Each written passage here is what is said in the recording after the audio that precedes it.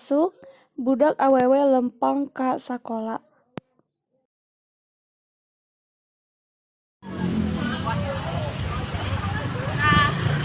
Sekolah anyar akhirna kuring murid SMP. Irma asup ka kelasna nyamperkeun babaturan pangdeketna ti SD jeung kelasna ayeuna Yani.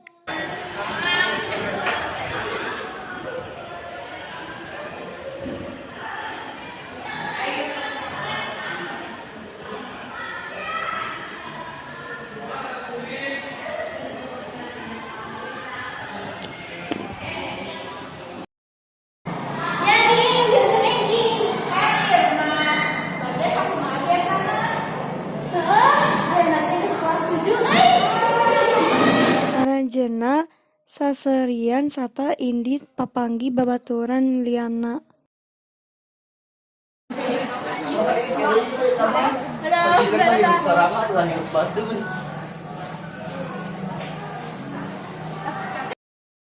Waktosna mudik, rerencangan Irma mudik ku cara dijemput atanapi ngakos sapeda sorangan.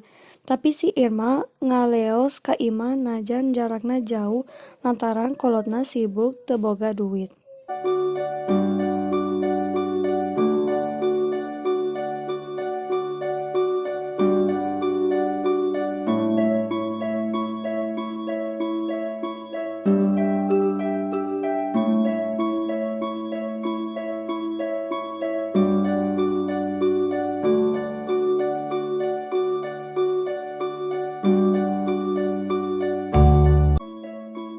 Sepanjang waktu Irma mantuan babaturan di kelas atawa bari main sarta kudu lempang ka imah deui.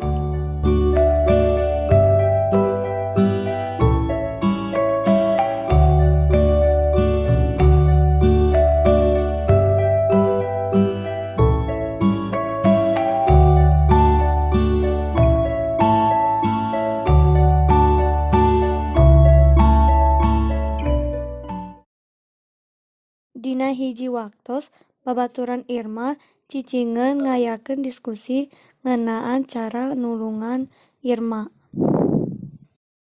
Punya Irma Nya kamana-mana kudu lempang. sanajan anjeunna teh sabat alus tur sok bantuan oge. Kumaha mun urang tulungan Irma? Kumpulkeun duit jeung meuli sapeda teh manehna. Ameh manehna jiga Hendra. Make sapeda unggal poe teu kudu lempang. Nya tapi kan sepeda mahal. Minta tolong ke kepala pergi bakal nulungan.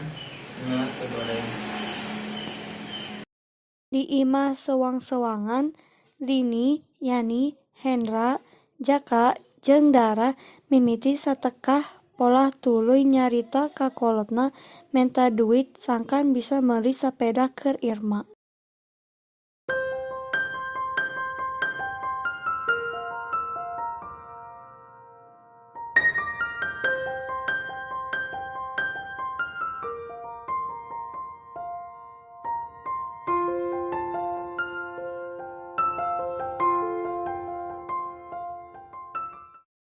Dua poe sanggeusna basa Irma rek lempang ka sakola, babaturanana geus aya di harepan imahna mawa sapeda anu dibelikeun keur manehna.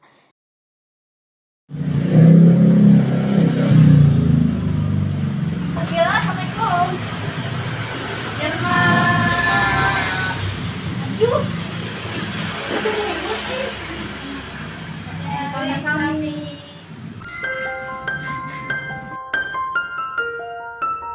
Irma naek sapeda ka sakola sanggeus poe eta silaturahmi Irma jeung babaturanna beuki raket.